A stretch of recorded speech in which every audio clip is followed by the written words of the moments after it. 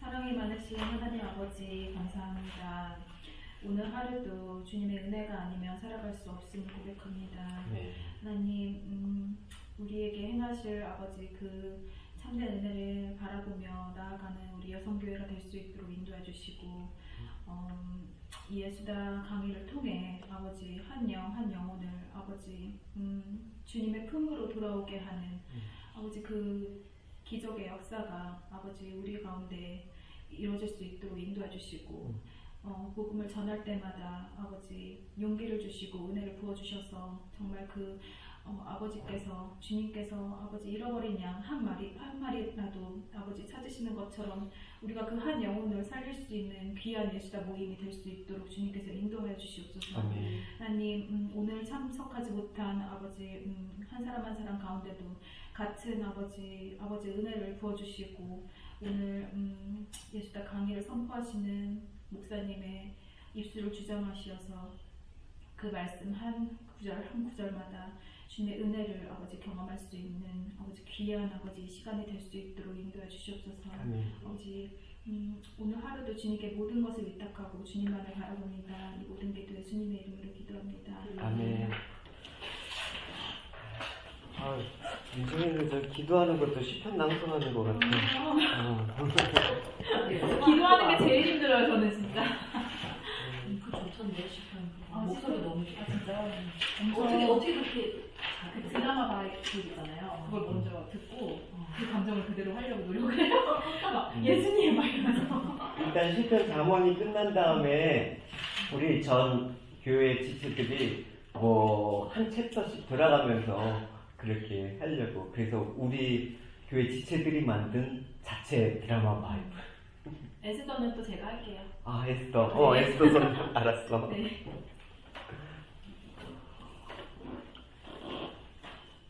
예, 우리 계속해서 원래 신학적인 주제로 되게 무거운 주제들을 사실 다뤘습니다. 그죠? 신론, 인간론, 구원론 지난 시간까지 그렇게 가고 각각 2강씩 해서 우리가 나눴는데 이제 3강에 들어가서 이제 교회론으로 이어집니다.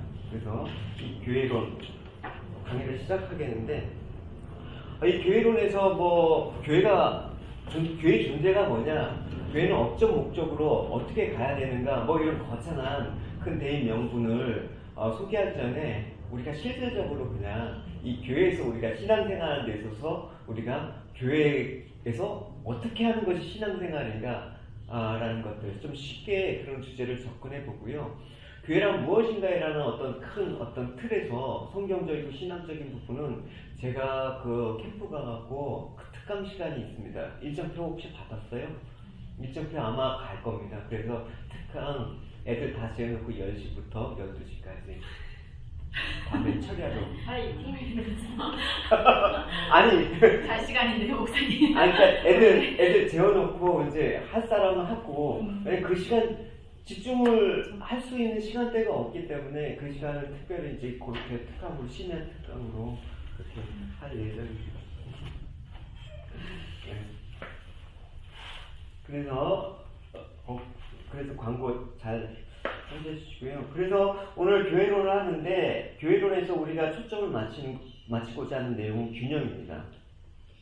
그래서 어떻게 우리가 신앙생활하는 데서 교회에서 균형을 갖고 하는 것인가? 왜냐하면 사람은 자기마다 각자의 기준이 다 있습니다.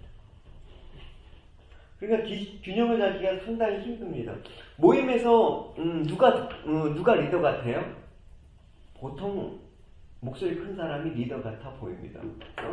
그렇다 그러면 과연 그게 맞느냐? 목소리 큰 사람의 소리가 오느냐? 그게 맞는가?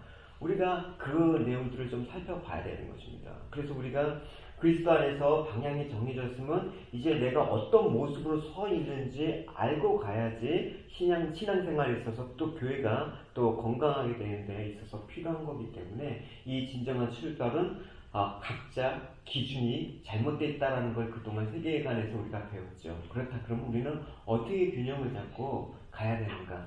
그래서 하나님은 교회 생활을 위해서 또 내가 깨어진 밸런스, 그 균형을 잡기 위해서 나 자신을 바라보는 그런 교회론 시간을 갖도록 하겠습니다. 그러면 우리 첫 번째 그 내용으로 나는 얼마나 치우쳐 있는 존재인가라는 사실을 좀 우리가 나눴으면 좋겠습니다. 왜냐하면 사람 불안하고 늘 자기 주장하는 오류를 범할 수 있는 존재이기 때문에. 제가 그 질문 하나 할게요. 집에서 누가 주도권을 갖고 있습니까? 저요. 진짜. 상황에 따라 틀린 보통 이제 집이라는 그 공간 안에서 남자들은 말이 없죠. 우리가 말이 많으면 목소리도 크고 목소리도 크고. 네. 주도권을 뭐 주도권이라고 해서 나쁜 의미가 아니라 하여튼 어느 공동체나 조직에서든 주도권을 갖고 가는 사람들이 있습니다. 근데 만약에 주도권을 가진 사람이 좀 균형이 있으면 그 공동체는 건강하게 가는데 너무 독단적으로 내 주장만 옳다라고 한다 그러면 이게 시끄러운 잡음이 일어나는 거예요. 그렇죠? 과연 그렇게 되면 어떨지 한번 제가 예화를 드릴게요. 어떤 신앙 좋은 부부가 있어요. 근데 아내는 되게 외향적이고 열정적인 어떤 신앙의 모습을 갖고 있거든요. 그래서 이제 늘 남편은 조용조용하고 마치 이제 예를 들면 이제 메리네 가정 옛날에 남편은 늘 조용해 보이는 그 조용하게 남하고 이렇게 관계하는 데 있어서도 소심한 듯한 그런 모습이 늘 아내한테는 불만이었습니다. 그래서 아내가 항상 남편에게 하는 조언은 여보 당신은 다 좋은데 너무 기도를 안 해요. 당신은 기도 생활이 너무 부족해요. 좀 기도 좀 열심히 하세요. 왜냐면 표현을 하지 않으니까 마치 이 사람은 기도도 안 하고 신앙생활을 하는구나 라는 그런 어떤 얘기를 하는 거예요. 그래서 이 조건에 대해서 남편은 일단 동의를 했어. 아 내가 그렇긴 하지 하면서 스스로가 기도를 부족하다고 여겼는데 어느 날 이제 신앙의 이제 균형을 알아보는 테스트가 있거든요. 내가 어디에 치우쳐 있는가. 그 테스트를 했는데 의외의 결과가 나왔어요. 남편은 말씀과 기도와 봉사 이런 부분이 모두 균형 잡혀 있는 상태인데 오히려 아내는 기도만 완전히 치우쳤어요. 그래서 오히려 그 테스트 결과는 오히려 남편이 균형 잡힌 신앙을 하고 있다라는 그 결과가 나왔습니다. 그러니까 우리는 사실 치우치기 마련이거든요. 목회자인 저 역시도 이렇게 목회자들 보면 스타일이 다 있잖아요. 아, 저 목사님 기도파, 저 목사님 뭐 말씀파, 저 목사님 뭐 이렇게 신방파, 뭐 이렇게 스타일이 있단 말이에요. 근데 사실은 교회라는 것, 또 가정이 어떤 단체가 건강하게 해서는 균형 있게 그것들이 있어야지만 성장이 된단 말입니다. 뭐 비타민 C만 좋다고 하고 비타민 C만 왕창 먹으면 안 되죠.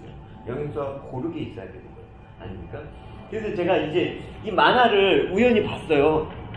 가피풀에서 이렇게 봤는데 이 주제랑 딱 맞춰서 제가 발췌를 했습니다. 뭐냐면 제가 이거 보이시죠? 네. 아, 무엇이 되지 않는 게 아니라 기도 안에서 되지 않는 것은 기도를 안에서가 아니라 기도만 해서일 수 있다. 참 와닿더라고요. 무엇이 되지 않는 것은 말씀을 읽지 않아서가 아니라 말씀만 읽어서일 수가 있다라는 거예요. 그래서 기도와 말씀의 균형을 이룰 만한 수고가 있어야 된다라는 이 기론이 참 와닿았습니다. 그러니까 우리가 사실은 주도권을 갖고 뭔가를 했을 때 이런 균형 감각을 잃어버리기가 참 했다라는 거예요. 아이들 교육하는 거나 또 집안을 이렇게 관리하는 데 있어서도 내가 치우치는 부분이 있기 마련이죠. 그래서 사실은 이제 이 아내와 남편의 신앙생활을 예를 드린 것은 아내가 반드시 주도권을 가졌다고 해서 옳은 것만은 아니다 라는 것들을 보여주기 위해서 이런 예화를 들었습니다. 그러니까 어느 공동체든 주도적으로 목소리를 내는 사람이 있습니다. 근데 때로는 그것들이 부담하게 느낄 때 있지 않습니까? 좀 저거는 아니다. 그때마다 서로의 경험을 나누면서 자기 주장의 오류를 공감할 수 있고 인정할 수 있다 그러면 조금씩 치우친 우리 연약함들을 균형 잡아나가는 건강한 공동체가 될 수 있다라는 것입니다. 그러니까 뭐 예전에 뭐 한 사람 목회자 한 사람이 막 카리스마식으로 리더십을 해갖고 끌어갔던 시대하고는 또 다르거든요. 예수님도 참 독단적이시지 않았어요. 그죠? 제자들한테 의견도 물어보고 너는 어떻게 생각하니? 뭐 이렇게 해갖고 그 생각들을 이렇게 얘기하면서 바로 잡아주시기도 하고 또 맞는 부분이 있으면 격려해 주시고 그런 부분들을 볼 수가 있는 것입니다. 그래서 우리가 1강에서 세계관에서 살펴보았던 것처럼 모두가 자기 경험에 치우쳐 있기 때문에 절대적인 성경의 진리처럼 완벽할 수가 없단 말입니다. 그것을 인정하는 것이 올바른 교회 생활의 첫 단계이다 라는 것을 우리가 알아야 되는 것이죠. 그래서 목소리 큰 사람이 옳은 게 아니라 정말 진리를 따른 사람이 옳은 것이다 라는 그런 것들. 그렇다 그러면 그 가정에 따라서 이제 성향, 주도권을 잡는 사람에 따라서 그 성향이 그 집에 나타나요. 그죠? 반장 집은 주로 어떤 성향, 내 성향에 비춰봐서 어떤 성향의 그런 분위기들이 형성돼 있어. 어떤 성향? 그게 집안의 분위기. 나 이런 주도권을 갖고 있는 이런 집안을 운영하는 데 있어서 어떤 분위기들이 전반적으로 형성되는 거예요. 엄마 말 안 들으면 죽어 뭐 이런 분위기, 아니면 엄마의 결정은 참 합리적이야 뭐 이런 거, 아니면 첫 번째 같은데.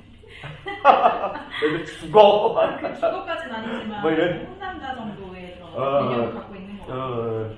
그게 근데 반드시 옳은 거라면 그럴 때도 필요한데, 사실은 어떨 땐 나도 사실 아이를 대할 때 솔직히 말하면 항상 옳지 않아요. 어쩔 땐 내 감정대로 그것들을 퍼부어갖고 내가 아차 싶을 때가 있단 말이에요. 그런 것들을 인정을 하게 되면 아이들이나 이런 것들이 뭐 집안의 분위기 이런 것들이 조금씩 건강하게 밸런스를 잡혀가고 있다는 것을 알 수가 있는 거죠. 그래서 뭐 가족들이 갖고 이제 내가 일방적으로 했던 거를 가족끼리 이제 식탁에서 뭐 하루 일과를 얘기하면서 신앙적인 얘기를 하면서 이렇게 건강하게 서 있는 거. 정은 집사님은 저희는 감정에 충실하죠.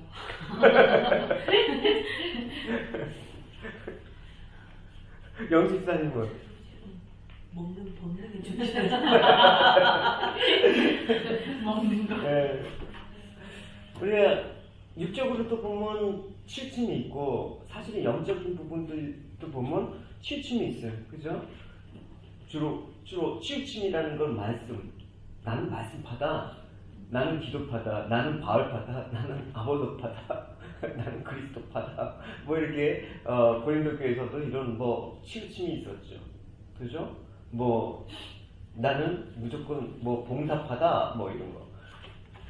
그래서 이런 어떤 이게 나쁘다라는 건 아니죠. 당연히 필요한 건데 다른 것들을 인정을 안 하고 이쪽으로 치우침이 있다 그러면 이 좋은 것임에도 불구하고 이게 분쟁이나 다툼의 소지가 있다라는 거, 이건 주님께서 원하지 않는 그런 모습일지도 모릅니다.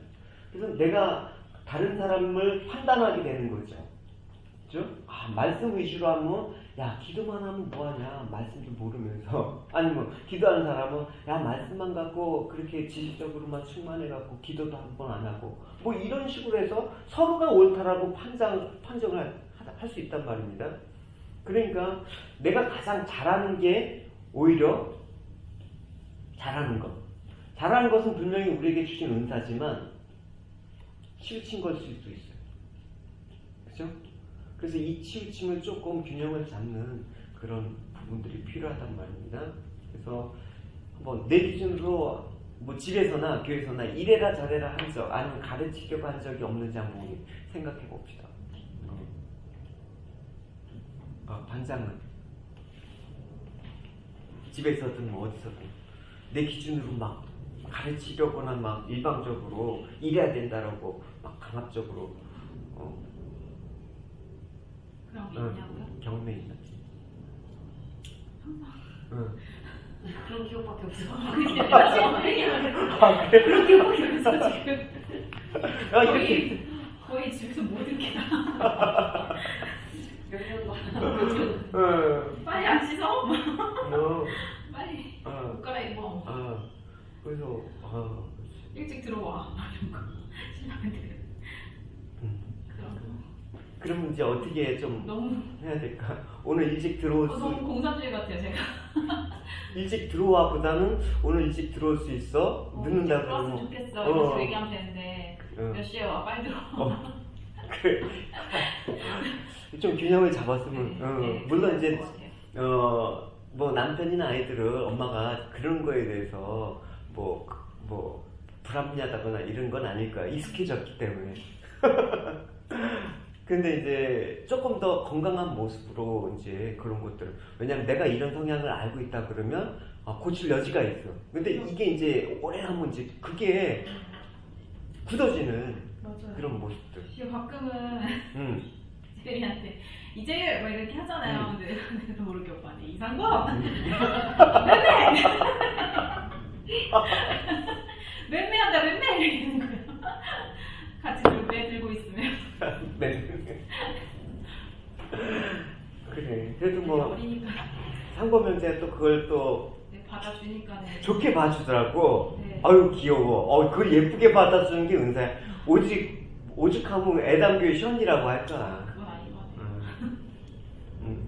그 정은 사님은 막 일방적으로 뭐 가르치려고 뭐라고 붙인 적 많이 그러죠. 주로 어느 때? 그럼 주로 아린이한테요. 세하는 대화가 통하고 서로 이제 서로 이런 게 좀 이렇게 뭐 네가 원하는 거 내가 원하는 거 조율 이런 게 되는데 아린이는 이제 극단적으로 가지 않으면 이렇게 참 컨트롤이 힘들어요. 그러니까 이게 그런 얘기하면 아린이밖에 생각이 안 나요. 뭐 오태 같은 경우는 그냥 뭐 그런 내키기도 하고 약간 세아 성향이랑 좀 비슷한데 아린이 같은 경우는 어제도 그것 때문에 체한 것 같아 막. 막 둘이 걸레랑 청소기 붙이고 서로 칼싸움을 하는데 하지 말아라 하는데 이제 알았어 이러고 방에서 또 하고 뭐 하고 이렇게 계속 피해서 계속 뭔가를 하고 있기. 나는 약이 올라서 체했지 그래서 맨날 그런데. 그러니까 하지 말라면 하지 마 이런 식으로 가는 거 이제. 근데 이제 예전에는 좀 기다려주고 참아주고 이런 게 이제 기간이 짧아지는 거죠. 이게 걔를 걔에 대해 참아주는 게 전에는 10까지 참았으면 9 됐다가 지금은 이제는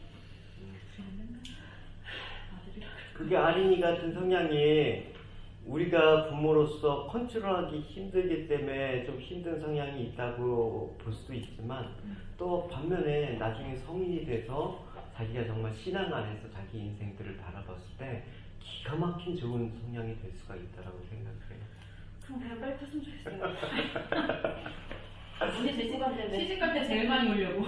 아린이 때 제일 많이 울려고. 똑같아 얘랑 뭘 자꾸 탓을 너야 너. 그 오빠랑 세아는 오빠고? 그러니까 그런 아린이를 보면서 장도에 그러더라고. 장모님한테 전화 드려서 고맙다고 그러라고. 너 키우느라 언니도 엄청 고생했어. 제일 많이 비슷하니까 제일 많이 부딪히는 거 아닐까? 그렇지. 그러니까 그러기도 하고 제일 많이 이해를 하려고 노력하니까 내가 그나마 걔가 살아있는 것 같아. 진짜. 막 그래. 힘들어. 제일 사랑이 많은 것도 아린이네.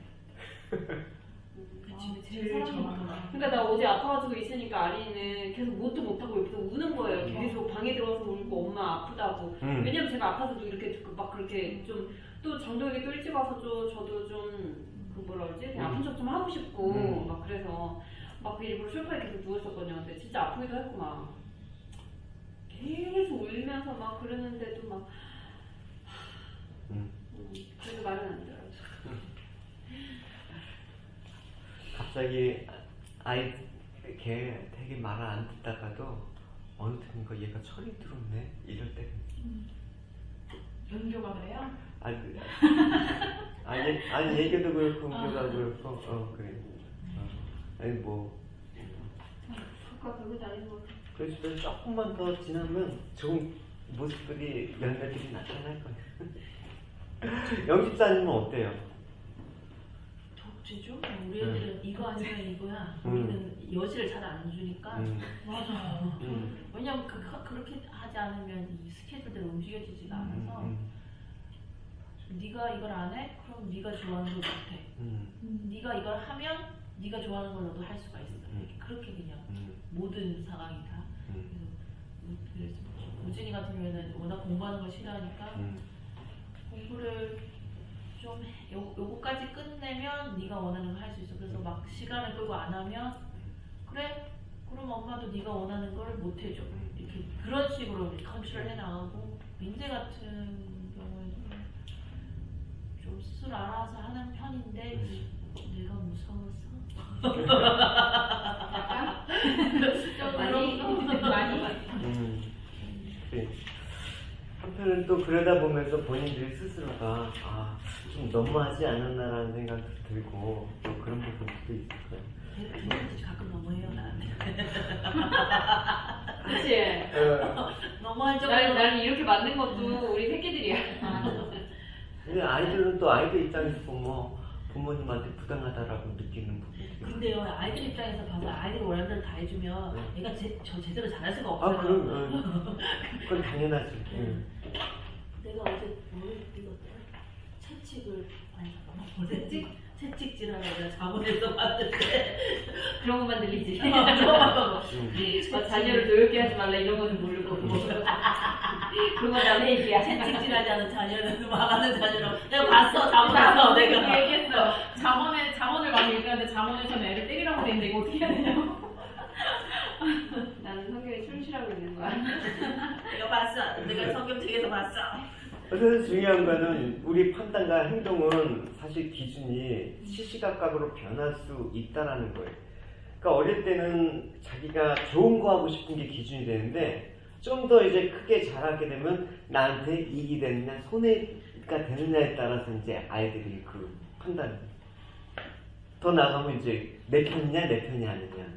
이제 좀 더 성숙해지면 옳고 그름이 이제 기준이 되거든. 이제 그때. 예. 그래서 이 옳고 그름이 기준이 될 때 사실은 우리가 쭉 자라온 과정에서 형성된 그런 것들이 상당히 중요하다라고 생각이 돼요. 근데 주님께서는 너희들이 옳고 그름에 있어서 사실은 그것도 뛰어넘어야 된다라고 얘기를 하고 있거든요. 그러니까 중요한 거는 정말 너가 정말 하고자 하는 것이 너가 옳고자 하는 것이 하나님 뜻이냐 아니냐 거기에 이제 비춰봐야 된다라는 것이죠. 그게 이제 신앙 아닙니까? 누구나 옳고 그름은 누구나 성인이 되면 다 할 수 있는 거예요. 근데 우리가 신앙생활을 한다라는 거 그 옳고 그름을 하나님 말씀에 비춰 본다라는 게 틀린 거죠. 그게 다른 점이에요. 그러니까 이게 처음에 도전을 받을 때 나는 이게 옳은 것 같은데 하나님은 아니래. 그러면 일단 거부감이 드는 거야. 하나님 이러실 수가 있습니까? 이게 사실은 목회자인 저도 불편한 진실입니다. 전 100% 순종이 하고 싶어도 그럴 때가 있습니다. 어떻게 옳은 것을 포기해요? 이게 맞는데 분명히 내 생각에는. 근데 하나님은 아니래. 근데 성경에서는 자기가 옳다고 생각하는 대로 행하는 것이 뭐라고 하냐면 죄라고 얘기하고 있어요. 사사기 보면 사사기 21장 25절에 보면 이스라엘의 왕이 없으므로 사람이 각기 자기의 소견대로 자기의 소견이 옳은 대로 행하리라. 그러니까 네 생각이 옳은 대로 하는 거야. 왕의 기준이 아니라 내 생각이 옳으면 옳은 거야. 그러니까 실제로 이제 옳고 그름이 그 전제가 되어서 정말 큰 고통 속에 몰아넣는 것들이 우리 안에 의외로 많아요. 다툼. 그리고 국가 간에 있어서 다툼은 다 자기가 옳다라고 주장하기 때문에 다툼이 있는 거 아니에요? 분열이 있고 또 완벽주의, 율법주의, 어떤 강박관념, 자기의 이런 것들이 강하다고 하면 자기가 옳은 것이 우상이 되는 거예요. 무조건 이게 옳아. 그래서 자기가 옳다라는 함정에 빠져서 이 공동체가 위험에 빠뜨리게 되는 그런 일들이 많이 벌어진 것입니다. 그러니까 제가 알지 그 좋은 선생님 있잖아요. 자주 통화하는데 자주 전화가 와요.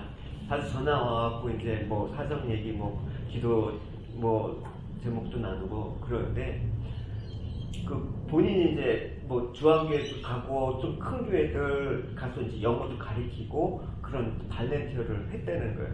근데 감사한 게 제가 얘기한 게 아니라 며칠 전에 존 선생님이 그래요. 목사 애담교회가 제일 건강해요. 제가 다녀보는 결과. 왜냐면 가면 다 자기만 못해. 그래갖고 폐가 갈리고 그룹이 갈려갖고 뭐 하게 되면 막 여기저기서 그냥 막 소리가 많아갖고. 근데 애담교회는 그 교회 규모가 아니라 뭐 했을 때 그냥 하나를 이렇게 뭉쳐주는 그분이 우리 교회 뭐 몇 번 왔다고 그걸 알아요. 그러니까 그 분위기가 느껴져서 자기는 그 애담교회가 너무 좋다고 얘기를 하더라고요. 감사한 것이죠. 그러니까 그만큼 우리는 어떻게 보면 뭐 세상적으로 말하면 뭐 주도적으로 뭐 자기 목소리 내는 목소리 큰 사람이 없어갖고 뭘 하자 그러면 뭐 성국적인 것 같고 뭐 이렇게 근데 이게 영적으로 본다면 되게 건강한 거라고 나는 생각을 해요. 균형 잡혀 있다고 생각을 해요. 남의 의견도 한번 배려할 줄 알고 들어보고 이게 옳다라고 강하게 주장하는 사람이 없기 때문에 뭐 하자고 그러면 그리고 다른 목사님 지금 우리가 교육관 없고 예배당 없고 뭐 이런 과정도 신기하대요. 다른 교회 같으면 벌써 막 일어난대. 하다가 뭐 이렇게 브레이크 걸려갖고 우리 뭐 계약이 성사하고 뭐 어려움이 있으면 교회가 막 흔들린대. 그러면서 막 상처받고 막 나가고, 그죠? 우리 뭐 어쨌든 어려움이 있던 없던 어쨌든 그 어려울 때마다 그냥 잠잠한 게 사실은 저는 되게 고마워요. 관심이 없는 거. 아이, 관심 없지 않아요. 내 지체들 성향이, 믿고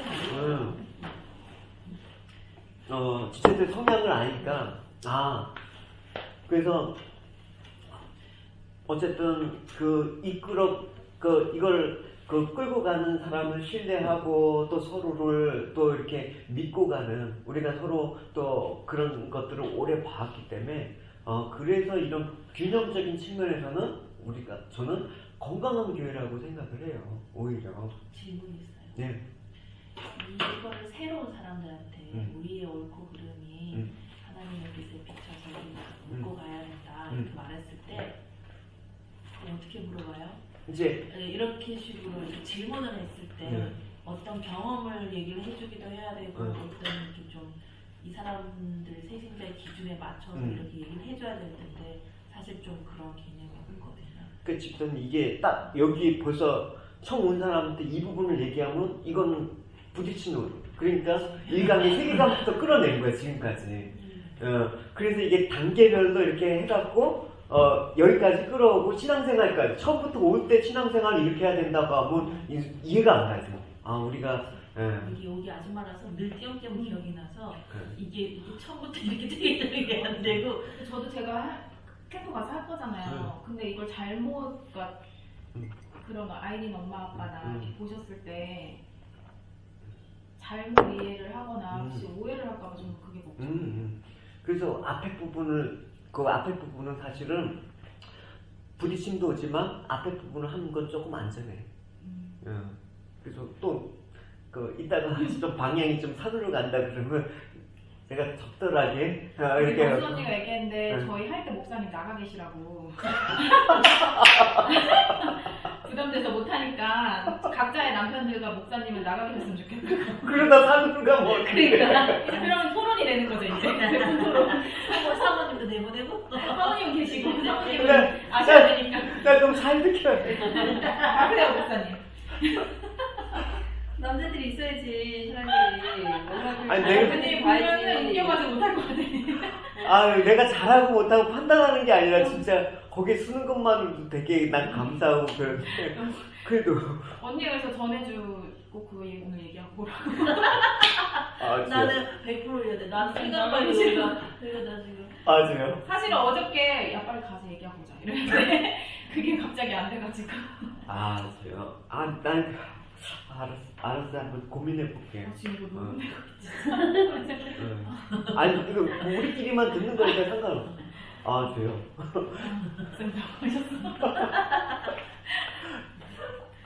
중간에 어떤 이제 또 흐름으로 갈지 모르니까 만약에 잘 못 믿어서가 아니라 그 흐름에 또 본인들이 당황하면 또 이게 강의가 잘 안 근데 이게 되니까. 한 것 같아요가 아니라 뭐 이렇게 되어야 합니다. 딱 하면은 저는 사실 아무것도 아닌데 그 사람들한테 이렇게 딱 합니다. 이렇게 얘기하기가 되게 건방져 보일까봐 그것도 살짝 걱정 너무 많아. 아니 맞아. 그렇게 보일까봐 살짝. 쟤 뭐지?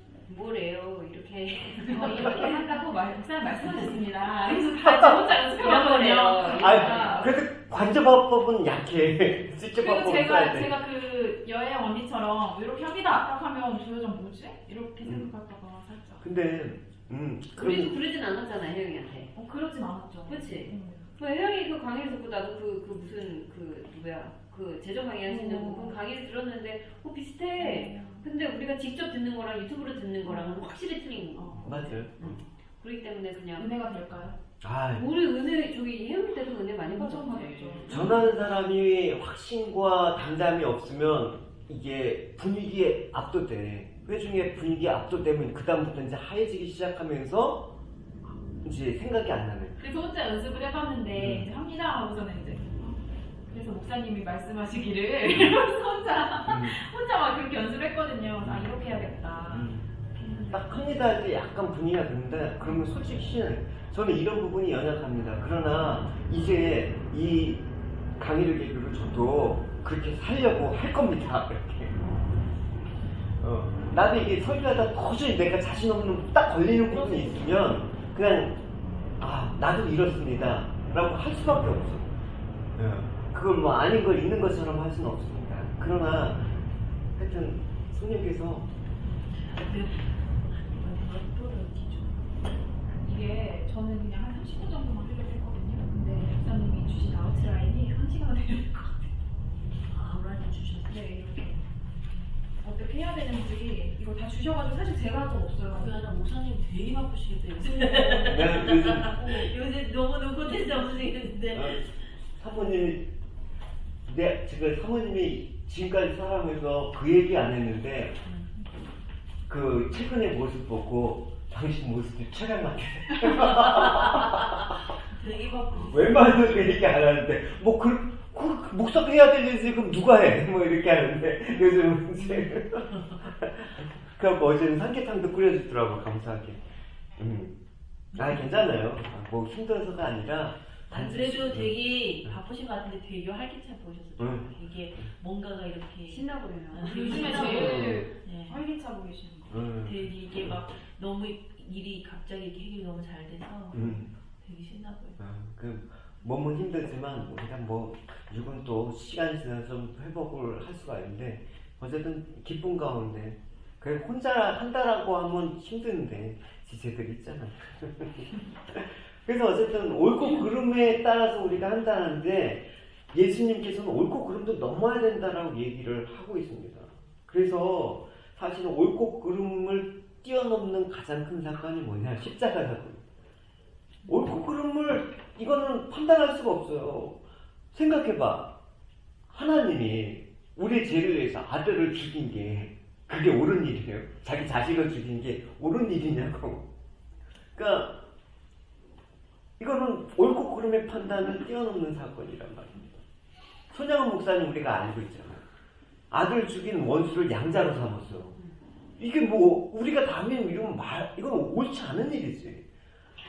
창세기 아브라함이 이삭을 제물 바치라는 하나님 앞에 순종했어요. 이거 미친 거지. 우리가 보기에는 옳고 그름으로 따진다 그러면 또 적의 정탐꾼을 숨겨준 기생 라합 행위 역시 옳고 그름을 뛰어넘는 거야.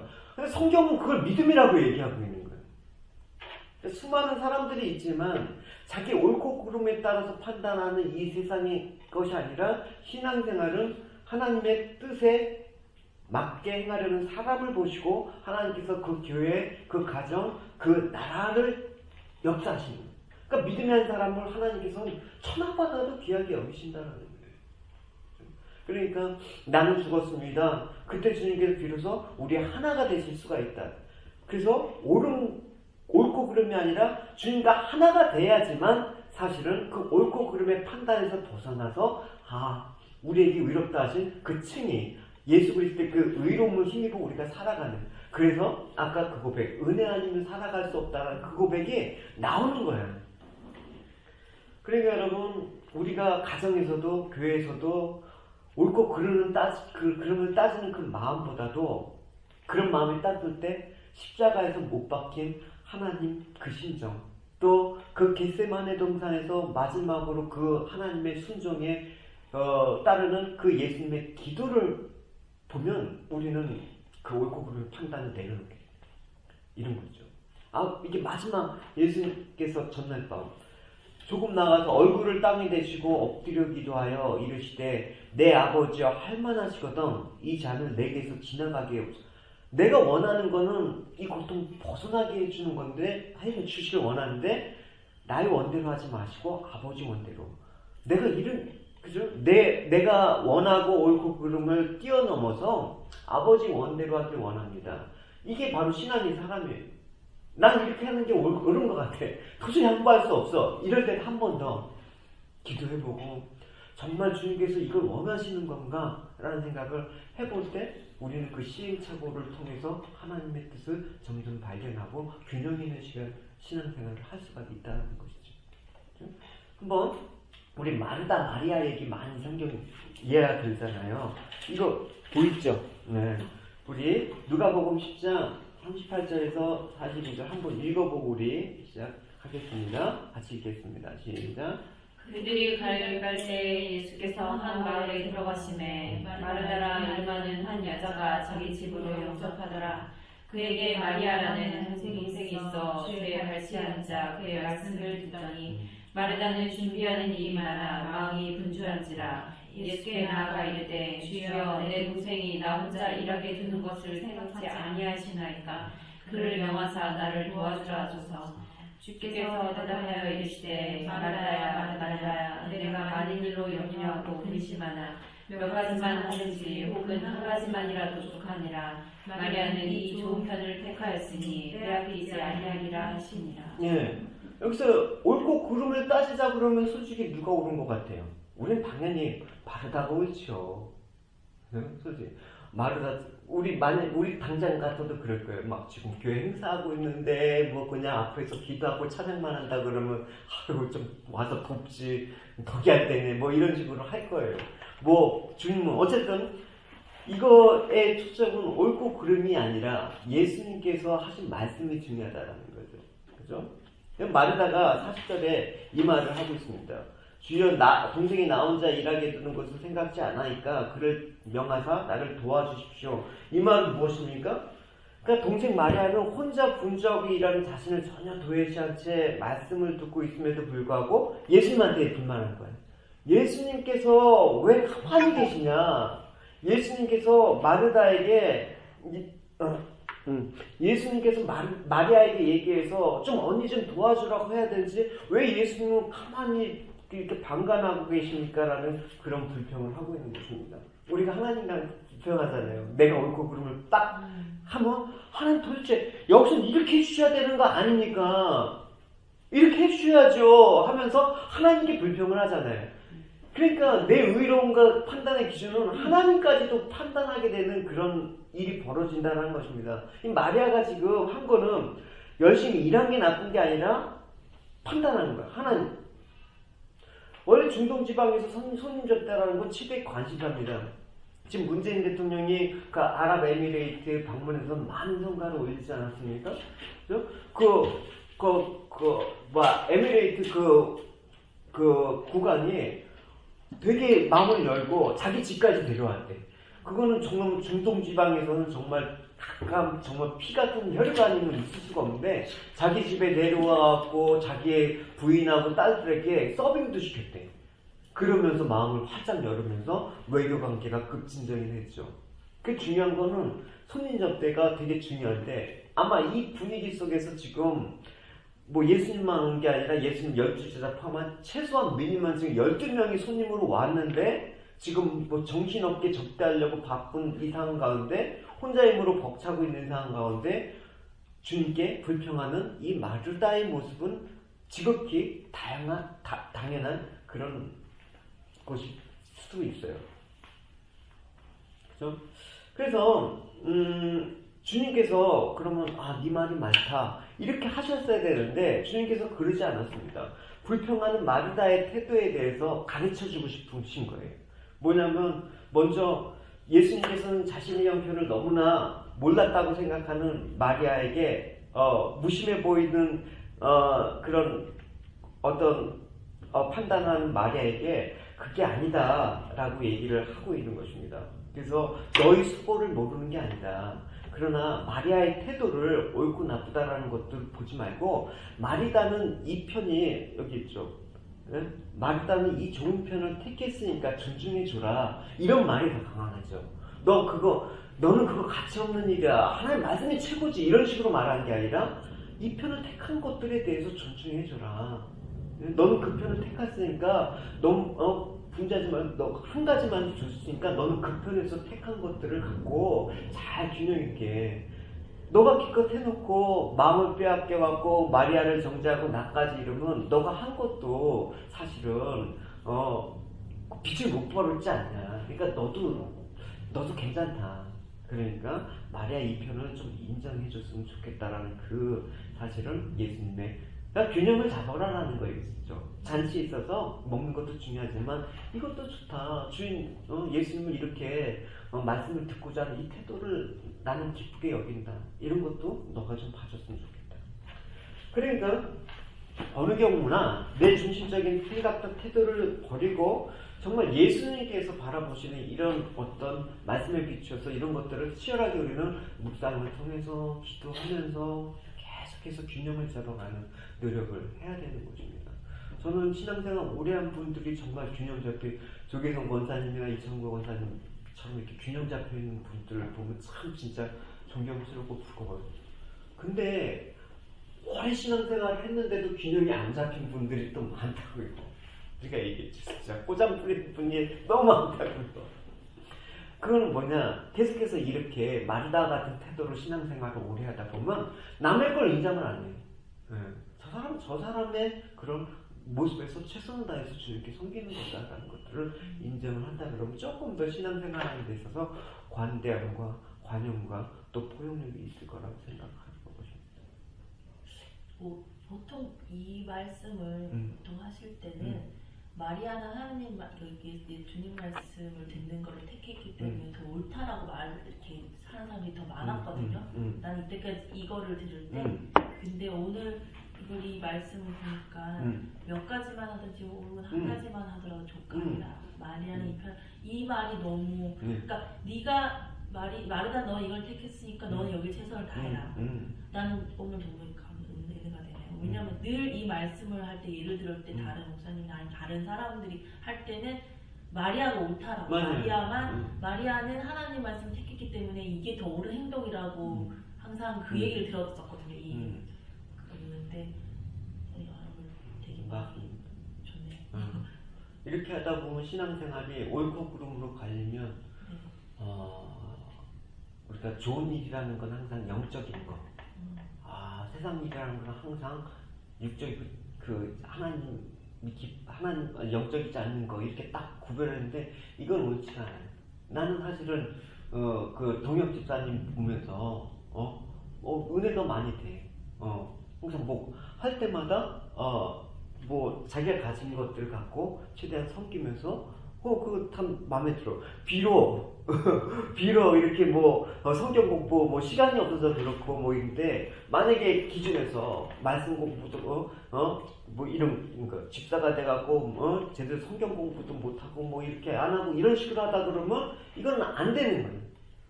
이 편에서 정말 신앙생활을 잘하고 있구나라고 했을 때 이제 느끼게 됐지. 이것만 갖고는 바란스가 안 맞겠다. 내가 좀 이제 말씀 공부를 해갖고 이제 바란스를 받아갖고 이것도 하고 이것도 하면서 균형 잡히게 좀 해야겠다라는 생각이 이제 점점 이제 그렇게 균형을 잡아 가실 거라고 저는 믿기 때문에 서두르지 않고 뭐 목회자도 자기 성향이 있잖아요. 인간이기 때문에 이게 옳다라고 성도한테 강요하다 보면 무리가 따르는 거예요. 그래서 어쨌든 저도 불안전하고 여러분도 불안전하니까 어쨌든 이렇게 진리에 가깝게 중심을 잡아가는 노력들을 했으면 좋겠습니다. 특히 한국은 목소리 큰 사람이 이기는 문화에 익숙해졌잖아요. 그러다 보니까 자기 목소리 큰 사람이 중심이 되어서 일을 좌지우지하는데 신앙은 그렇게 누가 주장하는 대로 좌지우지에 대해서는 안 되는 것입니다. 각자의 경험이라는 그 울타리 때문에 우리는 치우칠 수밖에 없기 때문에 내 생각은 절대적이지 않다. 다른 사람의 생각도 절대적이지 않다. 그래서 이 절대적이지 않은 것들이 부딪힘이 아니라 다양성 속에서 예수님으로 인해서 하나가 되고 조화가 되는 그런 교회, 그런 신앙생활을 하는 게 우리가 관건이란 말입니다. 그럴 때 우리는 저 사람 참 성숙하다란 말을 하게 되는 것이죠. 그래서 여러분 일단은 뭐 각자 정죄하고 뭐 비판하고 이런 것들이 이제 이런 것들을 이제 내려놓고 점점 이제 성숙해가는 그런 모습만 되었으면 좋겠습니다. 그래서 이제 균형이라는 측면에서 했는데 이제 참 우리는 하나만 잘하면 안 돼. 그러니까 그런 거 있어요. 정훈 집사님이 예전에 워킹 때인가? 스트라이크 때? 소태 소태 뭐 닭백숙 하나 끓여놓고 그거 며칠씩 먹고 딱 본인은 괜찮은데 만약에 누군가 같이 살았거나 이유진. 나는 한 가지만 파 이거야. 그러니까 식구들이 하수단지 진짜 카레만 해놓고 일주일에 카레만 주는 거야. 육개장.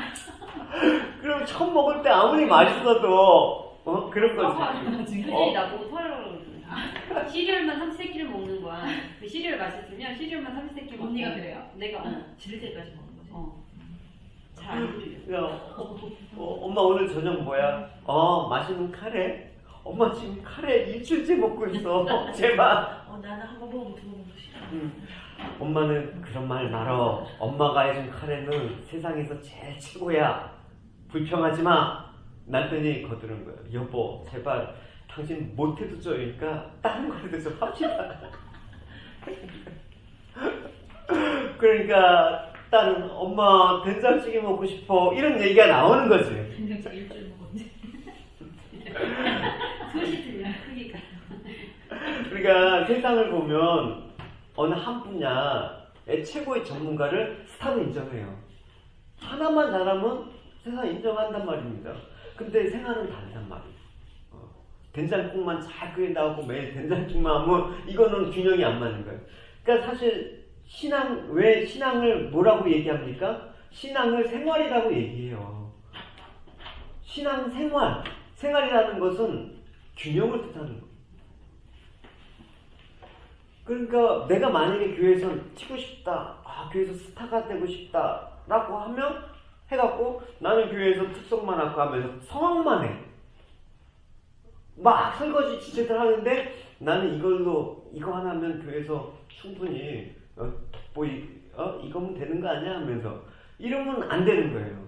그러니까 성악도 잘하면 설거지도 잘해야 되고 한 가지만 잘하는 것보다는 균형 있게 나는 이것밖에 못해 다른 거 해본 적이 없어 이렇게 하면 치우치게 되는 것이죠. 연애와 결혼의 차이가 뭔지 아세요? 물론 많이 있죠. 연애는 한 가지 매력만 있어도 충분히 가능해. 외모가 예쁘면 그것만 보고서 성격이 좀 지랄 같아도 얼굴 예쁘면 다 용서가 된다니까. 애기가 많던지 성격이 좋던지. 그러나 결혼은 그렇지 않아. 한 가지 장점만으로는 결혼 생활이 힘들단 말이야. 그러니까 키크 보고 얼굴 예뻐서 결혼했는데 성격이 안 맞아서 이혼한다. 이런 일이 너무 많다라는 거예요. 그러니까 뭐 피자만 잘 만들면 피자만 먹고 살 수 없듯이 신앙생활도 한 가지만 잘해서는 지속될 수가 없다라는 것을 우리에게 보여주는 것이죠. 그럼 여러분 우리가 뭐 교회론이니까 어쨌든 신앙과 관련해서 내가 가장 잘하는 거가 뭐가 있습니까? 사실은 그 잘하는 걸 갖고 숨기는 거는 대단히 귀하고 유익하지만 그것만 하려고 하기 때문에 또 문제가 생기는 경우가 있어요. 그래서 뭐 그런 어떤 다양성이라는 측면에서 볼 때 내가 꼭 이것만 하는 게 아니라 좀 내가 올해는 못하는 것도 한번 도전해보고 싶다. 그치 민정아? 뭐 감이 사실 익숙하지 않잖아. 나한테 되게 부담스럽고 어려운 거잖아. 근데 한번 이것도 해봄으로써 이 부분들이 내가 이제 균형을 잡아가는데 도움이 되고 이제 밸런스가 내 자신이 건강한 신앙생활을 할 수 있는데 도움이 된단 말이에요. 그러니까 내가 하기 싫은 것들은 대부분 뭐냐면 내가 못하기 때문이라는 생각이 강해요. 그렇기 때문에 자신감이 없고 못해도 해보라는 거예요. 못해도 하다 보면 하나님께서 은혜 주셔갖고 다 일은 결국 하나님께서 하시더라. 내가 하는 것처럼 보여도 도무지 이거 제가 어떻게 합니까 하는데 하나님께서 해주시니까 한번 해봐라. 나중에 이제 집사님 그래서 뭐 거의 정말 오랫동안 10년 가까이 여성교회 회장 했었잖아요. 막 남 앞에서 나서기 싫어하고 이런 것들을 좋아하지 않음에도 불구하고 해보니까 또 하나님께서 그 안에서 다루시고 은혜를 주셨고 성장을 시켜왔잖아요. 그러니까 못한다고 해서 안 하면 균형을 잃어요. 근육도 봐봐요. 한 근육만 계속 쓰면 팔뚝만 이렇게 굵어져요. 다리는 세 다리처럼 되고. 그러지 않고 골고루 근육을 발달시켜야지 몸의 바란스가 맞는 것으로 영적인 것도 그렇다라는 것입니다. 그러니까 뭐 기도 모임도 교회에서는 기도 모임도 해야 되고 성경 공부 모임도 해야 되고 또 같이 모여서 또 어디 뭐 실버타운에서 방문해서 봉사도 하고 성경 이런 모든 것들이 다 균형 잡힌 건강한 교회를 위해서 필요한 것들이기 때문에 하는 것입니다. 그래서 여러분 한 가지 잘하는 것으로 만족해하지 말고 한 가지 잘하는 것도 잘 섬기고 또 내가 못하는 것들 어려워하는 것들도 한 번씩 이렇게 시도해 봄으로써 그렇게 할 때 지체 마음도 이해해요. 저는 어느 때 동역집단 마음을 이해하냐면 차가 고장났을 때 이해가 되더라고. 이게 얼마나 귀한 일인가 라는 생각도 해보고 어디 가서 내 식당 가고 음식 먹을 때 절대 식당 그 서빙하는 사람한테 여러분도 마찬가지지만 함부로 막 그렇게 난 식당 가고 막 함부로 말을 하는 사람 보면 되게 마음이 아프고 근데 우리 교회 특히 상범형제 또 레스토랑에서 막 정신이 없잖아요. 그걸 아니까 이 음식이 나오기까지 저 안에서 무슨 일이 일어났는지 알고 먹으니까 그냥 감사하게 됐더라고. 조금 짜도 그냥 물 벗어 먹고 이게 좀 짜요. 네, 딴 데 가서 좀 싱거우면 그냥 내가 알아서 소금 쳐 먹고 컴플레인은 웬만해서는 안 해. 왜냐면 그걸 알게 되니까. 그러니까 내가 경험 말고 못하는 부분들을 경험을 하고 함으로써 그 일이 얼마나 힘든 거라는 걸 알면 관계에 있어서 조금 더 되게 원활해지는 거죠. 그러니까 경험해보라는 거예요. 그죠? 그 작년 캠프 때 내가 마을장한테 돌아가면서 설교 준비해갖고 예배 인도해라 했는데 딱 하고 나서 그런 거야. 제가 목사님 그 설교 준비하는 게 얼마나 어렵다는 거 알았어요. 그런 얘기들이 나오는 거야. 그러니까 서로 바라보는 관점과 시야가 이렇게 부드러워질 수 있다는 거는 정말 중요한 것이죠. 그러니까 좀 한번 다른 쪽도 한번 시도해 보라는 그런 권면을 하고 싶습니다. 성경 우리 한번 봅시다. 성경 보면 마가복음 우리 10장 37에 38절을 우리 같이 한번 읽어볼게요. 자. 저의 주의 영광 중에서 우리를 하나님 주의 우편에 하나님 좌편에 앉게 하여 주옵소서. 예수께서 이르시되 너희는 너희가 구하는 것을 알지 못하는도다. 내가 마시는 잔을 너희가 마실 수 있으며 내가 받는 세례를 너희가 받을 수 있느냐. 그죠? 지금 내가 잘하고 내가 편한 거 인정받는 데 목을 매는 우리의 모습과도 똑같은 지금 12제자의 모습을 볼 수가 있습니다. 영광의 자리만을 지금 구하고 있단 말입니다. 그런 제자들에게 예수님께서 힘들고 어려운 길을 섬겨야 된다. 날 마시는 잔, 내가 받은 세례, 너희들이 이건 내가 받은 모든 고난을 뜻하는 거거든요. 그러니까 주님께 영광을 구하고자 하는 그 야고보와 요한에게 주님께서는 당신의 고난을 받을 수 있겠느냐, 너가 좀 정말 이걸 위해서 굳은 일도 감당할 수 있겠느냐, 좋은 자리만 해서는 안 된다라고 얘기를 하고 있습니다. 사실 성도라면 사실 이 야고보와 요한의 그런 심정을 저는 100번 공감해요. 저 같아도 그러겠어요. 주님 앞에.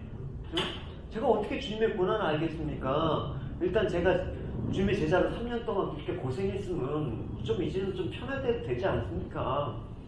가끔 그런 생각 들어요. 10년 동안 했으면 좀 이제 좀 편하게 지내고 싶지 않습니까? 지내도 되지 않겠습니까? 뭐 이런 얘기. 당연한 거죠. 그러니까 우리가 누구나 이 땅에서 범사에 잘 되고 저 천국에서도 존귀의 영광을 집하고 있는 그 마음, 이 소망은 우리의 공통적인 소망입니다. 하지만 우리가 알 것은 먼저 주님의 고난을 참여하고 그 고난을 통과해야지만 주님의 영광에 참여할 수가 있다. 그러기 위해서는 너희들이 좋아하는 거, 너희들이 잘하는 것만이 아니라 정말 내가 하기 쉽고 어려운 것도 함으로써 같이 어려움들도 나누고 그런 가운데 좋은 것들을 맛볼 수 있지 않겠느냐라는 주님의 그 균형 잡힌 그런 권면을 우리가 볼 수가 있는 것이죠. 주님께서 씨 뿌린 자의 비유를 하시죠. 마가복음 13장에 보면 그 중에 뭐가 나오냐면 흙이 얇은 돌박과 같은 사람에 대한 비유가 나오거든요. 이 말씀 뭐냐면 말씀을 기쁨으로 받는데 그 속에 뿌리가 없기 때문에 잠시 견디다가 햇빛이나 이런 열기에 의해서 그냥 금방 죽는 거예요. 이걸 뭘로 해석해 주냐면 어려움, 환난이나 핍박이 일어날 때 넘어지는 자라고 주님께서 말씀하셨거든요. 그러니까 내가 주님의 영광만 바라고 내가 정말 좋은 것만 바라고 교회에서도 칭찬과 칭송만 바라고 하는 것들은 오래 못 간다는 거예요. 그러니까 사람들이 시험에 든다는 말은 탁 집어보면 그래요. 나를 인정해 주지 않아서 시험에 든 거예요. 예, 대부분 내가 교회에서 이렇게 했는데 나를 인정해 주는 사람이 없어. 그래서 교회 옮겨 다니는 사람들이 너무나 많아요. 예. 지금 한 교회 옮겨 다니는 무리들이 한 30 무리들이 돼요. 그죠? 만약에 그 어떠한 사람, 영향력 있는 사람이 딱 할 때 그 사람 정말 존중해주고 정말 칭찬해주고 교회에서 이렇게 모시고 오면 갑자기 오시는 몇 명이 확 불어나요. 교회가. 부흥하는 거 숫자적으로 부흥하면 되게 쉬워요. 그렇게 있는 몇 사람만 이렇게 교회 영입하면 스카우트하면 교회 2,300명 되는 거 무서워요. 그게 근데 교회가 될 수가 없지요. 무슨 일은 안 해요, 그 사람들. 그죠? 저희 와갖고 지금 스코트에서 10년 동안 버틴 게 너무나 감사해요. 누가 다른 교회 안수 집사님이나 장로님 했던 분들이 와갖고 누가 교회 와서 의장 나누고 청소하고 누가 바쁘고 그러라면 누가 하겠어요. 그죠? 굳은 일은 안 해요. 한번 오셨어요. 그래서 어디 교회에서 뭐 성경 공부도 가르치고 이렇게 개인적으로 이렇게 교사를 이렇게 하고 섬기고 싶다. 그럼 오시라고 했어요.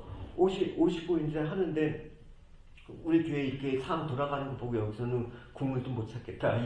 뭐 이렇게 좀 자리를 보장받아서 이렇게 할 분위기가 아니다고 그냥 가시더라고요. 절대 그럴 수가 없어요. 같이 고생하고, 그죠? 저도 아침에 일찍 예배당 가고, 저도 아직도 10년이 지났지만, 저도 그 대걸레질하고, 저도 의자 나르고, 저도 그렇게 한단 말입니다. 특별해서가 아니라, 그게 주님을 몸을 섬기는 건데, 나는 이제 10년 생활해, 나는 이제 안수집사고 장로니까, 이런 거는 할 짬밥이 아니야. 이런 거 갖고는 교회가 건강하게 성장할 수가 없단 말이에요. 주님 바로 이 말씀을 하신 거거든요. 너가 나의 제자들이라 갖고 내가 이제 예루살렘에 입성하면 너희들 그거 서보라. 하나님 나라는 그게 아니다라고 얘기하는 거예요. 단도직입적으로. 내 신앙생활에서 정말 좋은 것만 취하려고 하는 이기적인 마음이 없는지 우리 한번 돌아봐야 돼요. 그래서 그런 분들이 오면 교회에서 요구하는 것만 많아요. 교회가 뭐 이러니 저러니 뭐가 있니 없니. 저는 다 그거 충족 못 해줘요. 그럴 수도 없고 그럴 능력도 없고. 교회 와서 정말 굳은 일도 해가면서 섬길 수 있는 사람 찾아보니까 너무나 힘들다고요. 내 여건과 상황, 내 좋은 것만 취하고 싶은데만 그렇게 가고. 그러니까 교회에서 프로그램으로 돌리면 금방 부흥한다고요. 한글학교도 하고 뭐 문화센터도 하고.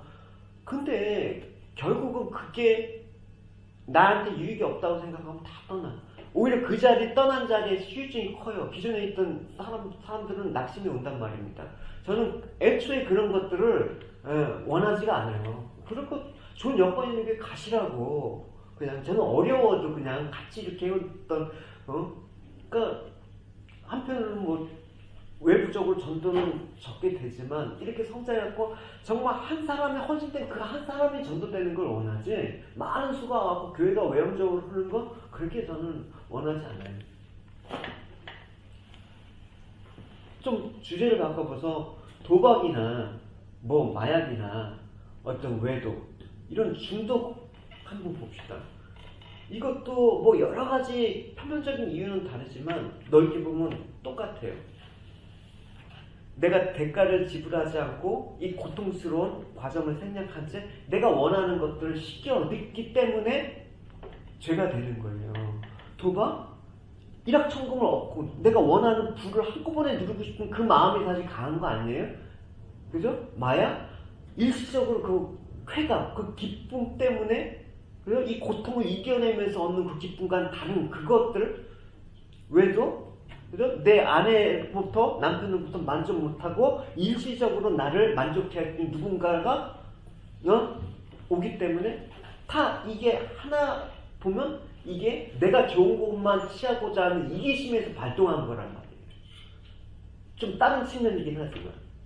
그러니까 우리가 고통을 받으면서 하는 인생의 어떤 신앙의 여정을 생각할 때 마치 광야를 통과하지 않고 광야 너면에 있는 가나안 땅만 적과 꿀이 흐르는 가나안 땅만 바라보고 신앙생활하는 거 하나님께서 그건 불가능하다고 얘기를 하세요.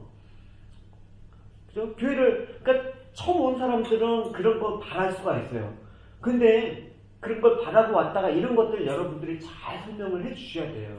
그게 신앙생활이 아니다라는 것들을. 행복한 가정을 위해서는 책임지는 두 사람이 필요하죠. 결혼만 해갖고 책임지는 남편과 아내가 자기 희생 없이 가정이 행복해질 수가 있습니까? 그냥 되는 게 아니잖아요. 서로 간에 있어서 나는 남편으로서의 대가를 지불하고 아내는 아내로서의 대가를 지불하고 가야지 아이들이 크고 성장하죠. 근데 이 과정을 생략하고 싶은 부부가 요즘 너무 많다라는 거예요. 애 기르기 힘들어서 애 안 낳으려고 하는 부부가 너무 많다는 거예요. 이게 얼마나 여러분 제약된 세상으로 가는지. 결국 애 기르기 싫다고 애 안 낳는다는 건 뭐예요? 나 편하게 살려고 내가 원하는 거를 애들한테 뺏기기 싫다라는 그것 때문에 그런 거예요. 하나님께서 왜 우리에게 아담과 하와가 하면서 생육하고 번성하라는 축복을 주시겠어요? 너희가 애 낳는 수고와 고통을 책임지는 서로에게 부부로서의 책임지는 그런 것들을 함으로써 너희들이 정말 신앙생활을 온전히 하고 있을 수 있다는 것. 그러니까 신앙이 없으면 우리가 신앙생활을 온전히 하지 않으면 건강한 가정, 건강한 직장생활 할 수가 없는 거예요. 이 원리를 모르면. 그러니까 누군가 가정 가운데 두 사람이 다 책임지면 모르지만 한 사람이라도 책임지고 있는 사람이 있다면 그 가정 깨지지 않아요. 근데 현실은 반대지 않습니까? 서로 책임져온 거예요. 그게 원죄잖아요. 아담과 하와가. 차라리 선악과를 따먹었을 때 아담이 제가 잘못입니다. 먹지 말고 제 아내를 잘 가르쳤어야 되는데 아내 말에 근데 정가잖아요.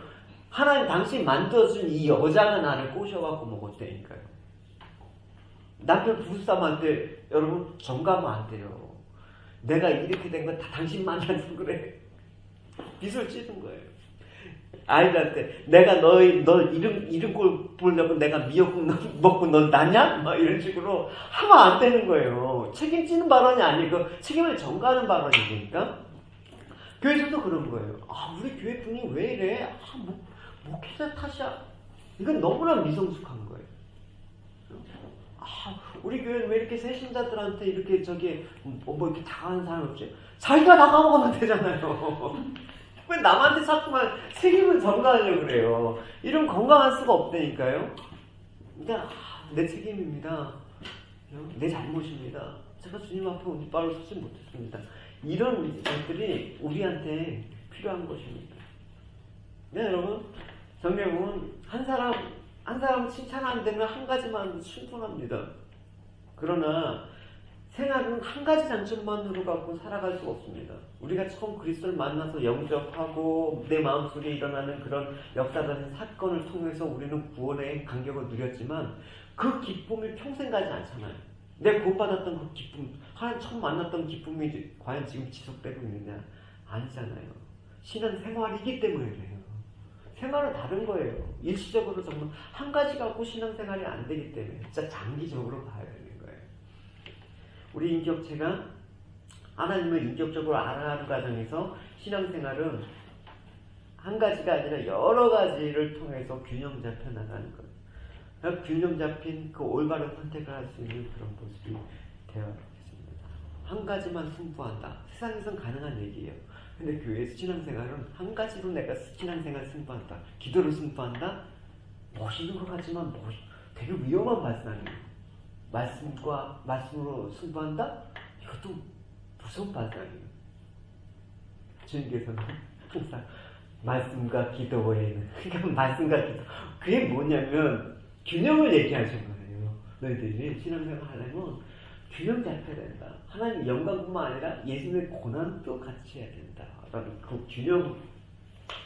그래서 여러분 이제 좀 제가 권면하고 싶은 건 내가 하지 못하는 거, 내가 하기 싫어하는 거, 내가 좀 꺼려하는 거, 두려워하는 거 한번 시도해 보시라고 권하고 싶어요. 세상에서 그거 실패할 때 실패자라고 하고 뭐 괜히 나댄다라고 하지만 교회는 그런 게 아니에요. 주님께서 격려하시는 거예요. 야 대단하다, 대견하다. 너가 그런 용기가 있으니 참 대단하다. 주님께서 그런 격려와 용기로 우리는 자라가는 것이라고 생각을 합니다. 하나만 잘하지 말고 성경에서 말하는 최고는 세상과는 다른 개념입니다. 사람들 모두 크고 위대하고 화려한 일만 하지만 주목받고 박수받는 일은 하지만 정작 평범한 일에 주목하지 못하고 대충대충 하는 경우가 많아요. 그렇죠? 저는 교회에 딱 오면 가끔 그래요. 교회 아침에 오면 이게 이제 스코트 주변에 이제 팔리니까 막 쓰레기가 많이 있어요. 그래서 제가 죽고 싶은데 가만히 있어봐요. 과연 저걸 누가 줬을까? 결국 그러다 제가 죽는 경우가 많아요. 안 짚으려고 해요. 더러우니까. 막상 진짜 누가 딱 근데 새로운 사람이 왔을 때 교회 앞에 막 휴지가 널려 있으면 그거 되게 중요한 일이거든요. 근데 그 안 하고 싶다는 게 아니라 내 관심이 안 가고 해보지 않고 평범한 일이고 뭐 주목받지 않는 일이고 여러 가지가 있었겠죠.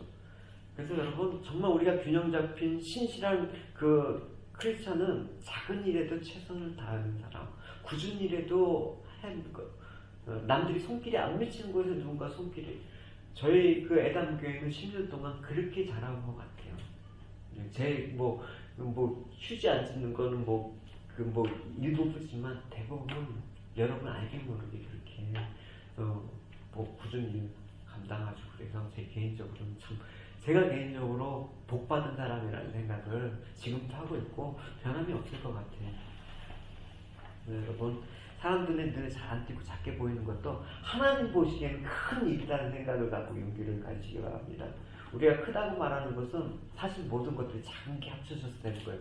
숲은 뭐가 돼요? 작은 나무들이 합쳐져서 숲이 되는 거예요. 거대한 바다는 사실 작은 물방울 하나둘씩 모여갖고 바다가 된 것입니다. 그러니까 작은 게 큰 것의 시작이라는, 이게 사실 하나님 나라의 핵심이에요. 그래서 하나님 나라를 얘기할 때 겨자씨, 그 겨자씨만한 믿음을 얘기하는 게 그런 거예요. 그래서 여러분 우리가 이런 세상으로부터의 어떤 길들여진 영광과 어떤 찬사 이런 욕심에 이런 것들을 길들이지 마시고 항상 이 말씀 한번 마지막으로 보셨으면 좋겠습니다. 보십시오. 여호와여 내 마음이 교만하지 아니하고 내 눈이 오만하지 아니하며 내가 큰 일과 감당하지 못한 놀라운 일을 하려고 힘쓰지 아니하다. 크고 놀라운 일만 하려고 힘쓰지 않겠습니다. 자꾸 굳은 일이라도 정말 큰 일이라고 생각하고 할 수 있겠으니 하고자 하는 마음을 주십시오. 그 얘기를 한 것이죠. 예수님께서 하나님 나라에서 너희들이 으뜸이 되려고 하면 가장 낮은 자리에 섬기는 자가 돼야 된다라고 얘기하고 있습니다. 하나님을 위해서 큰 일을 하려 하고 하지 말고 작은 일을 큰 사랑으로 하십시오. 그게 하나님 보시기에 더 기쁜 것입니다. 그래서 저는 유능한 사람이 아니라 이런 사람들이 좋아요. 그래서 여러분 교회에서 일찍 나오고 늦게까지 남아서 있어야 될 자리에 누군가 반드시 또 있어야 되고, 그렇죠? 찾아가서 여러분 한번 이제 잘 보십시오. 운명 중에 보시는 주님께서 상을 주십니다. 17세기 프랑스에 위대한 군인이 되겠다고 꿈을 가진 니콜라 에르망이라는 사람이 있었거든요. 근데 그 사람이 꿈을 포기하고 작은 수도원에 들어갔어요. 거기서 수도사가 된 것도 아니고 주방에서 청소와 부엌 일을 하는 수사가 됐어요.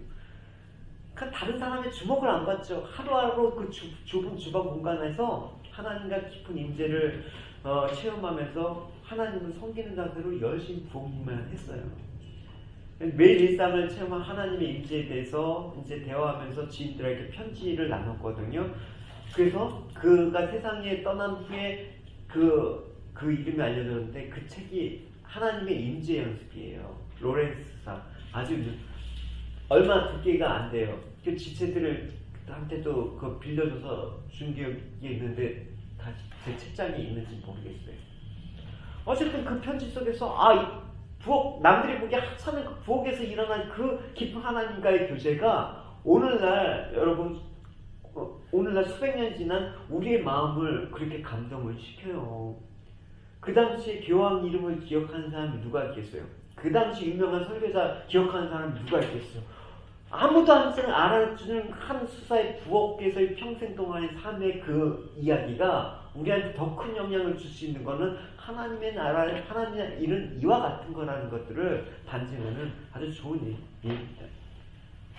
그래서 작은 것부터 여러분 아무리 하찮고 보잘것없다고 해서 여러분 등을 시하지 말고 순종을 여러분 잘 하셔서 여러분이 건강한 신앙생활로 그렇게 해나가시기를 바랍니다.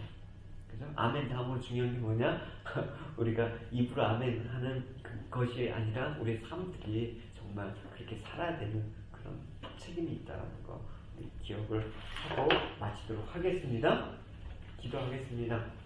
하나님, 저희들 신앙생활에 있어서 치우침이 많을 수밖에 없고 우리의 경험과 우리의 생각과 우리의 의로움들이 하나님 기준이 되어서 하나님 남들을 그렇게 바라보고 내가 옳은 대로 행하는 그런 모습들 아버지 그들이 있음을 신합니다. 하나님 계속해서 하나님 저희들 건강하게 우리 공동체가 아버지 건강하게 자랄 수 있도록 또 가정과 직장에서 건강한 하나님 신앙인으로 아버지 서 있을 수 있도록 하나님 저희들 모든 영역에서 균형 있는 성장할 수 있도록 하여 주시옵소서.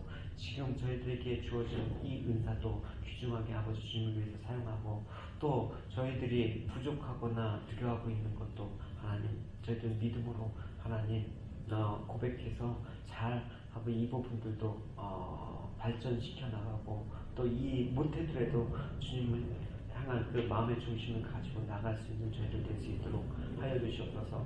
하나님 주어진 상황과 일들에 최선을 다하지 않고 좀 더 나은 환경을 찾고자 불평불만했던 저희들 모습 회개하고 최선을 다해서 신실하게 성실하게 하루하루 주님의 임재 가운데 살아갈 수 있도록 그래서 건강한 균형 잡힌 믿음의 사람 될 수 있도록 주님 인도하여 주시옵소서. 감사드리며 예수님의 이름으로 기도드리겠습니다. 아멘. 우리 찬양도 오직 예수뿐이네 정말 예수님만 형의 기준이 돼서 칠수 없이 주님 은혜로 우리가 살아갈 수 있는 자유를 고백하는 찬양 드리시고 우리 주기도문으로 마치도록 하겠습니다.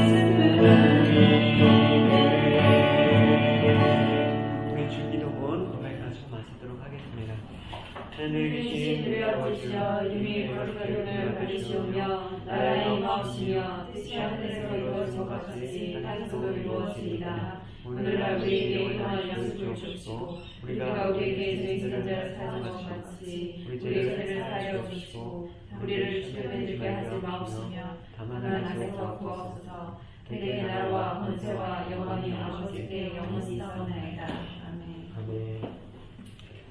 네, 감사합니다.